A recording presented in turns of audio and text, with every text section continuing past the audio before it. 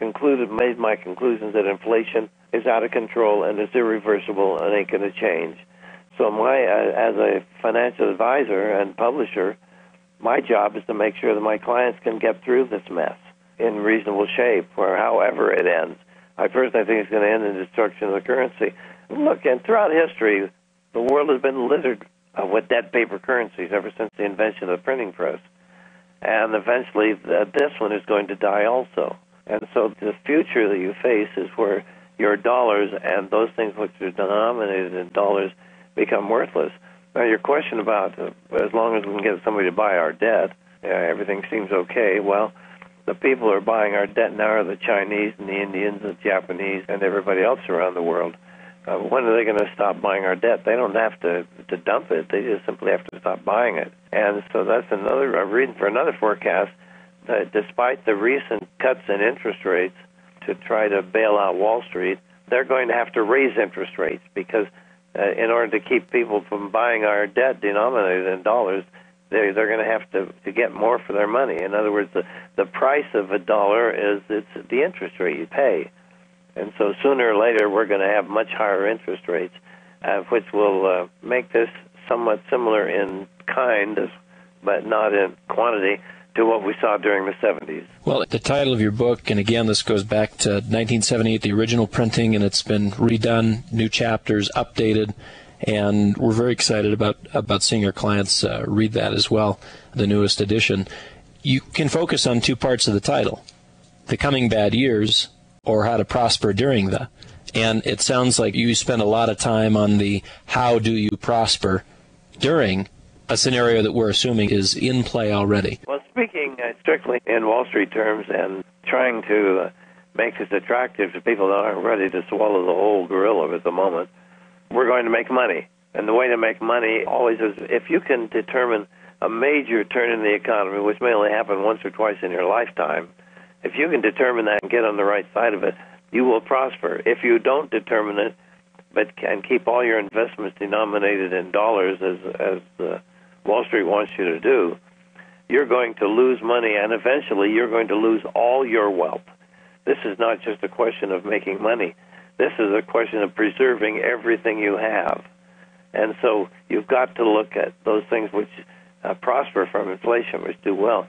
And this business of how to prosper or the coming bad years, way back in the 70s, I got the title of a prophet of doom. The New York Times started when they did a feature on me because they were concentrating only on the coming bad years, not the how to prosper, and didn't read the book. And so that was a bum rap. Wasn't forecasting doom. I wasn't forecasting the end of everything. And it turned out I was right because we managed to bail out of it with Volcker and Reagan. But this time, if they accuse me of being a prophet of doom, I'm afraid I'll have to admit it. This time they've got it right. Now, the complete name of the book is How to Prosper During the Coming Bad Years in the 21st Century. Mm-hmm. So I've adapted it for the times that we're living in. Once again, you're listening to the McAlvany Weekly Commentary at McAlvany.com. That's McAlvany. And today we have Howard Ruff with us. Howard, let me ask you a question. Is the book now on the shelves? How do people get the book, How to Prosper During the Coming Bad Years of the 21st Century? Well, you can go to any decent bookstore. Yes, it was released April 1st. Amazon has it. Or you can contact us on our website, either to buy the book or you can get it free. I mean, it's $14 at most bookstores. You can get it for nothing if you subscribe to my newsletter, and we give it as a premium. And even if you decided later to cancel a newsletter, you get all your money back and could keep the book. So if you want to rip us off, that's one good way to do it. And you'd benefit from having the book. Howard, could you tell our listeners how they could contact you to start receiving your newsletter? Yeah, go to our website, and I suggest that you go to Ruff times 2. That's the number 2, Ruff times 2. That will give you all the information while you learn more about me and my newsletter and you want to. I've been in this business for 32 years, so I've left a few footprints, and I've somewhat recapitulated them on that website. So there'll be some interesting stuff to read. But that's a good way to subscribe to my newsletter. And we've been recommending your firm continually as one of our recommended dealers. And so your people ought to really know and understand how to do that. So if your clients or listeners contact you, they should be able to be told. We suggest rather than just rufftimes.com. It's Ruff Times 2. Now, 2, is that spelled out TWO? Nope, that's the number 2. Ruff Times 2. So it's RUFFTIMES 2, the number 2.com. That's correct.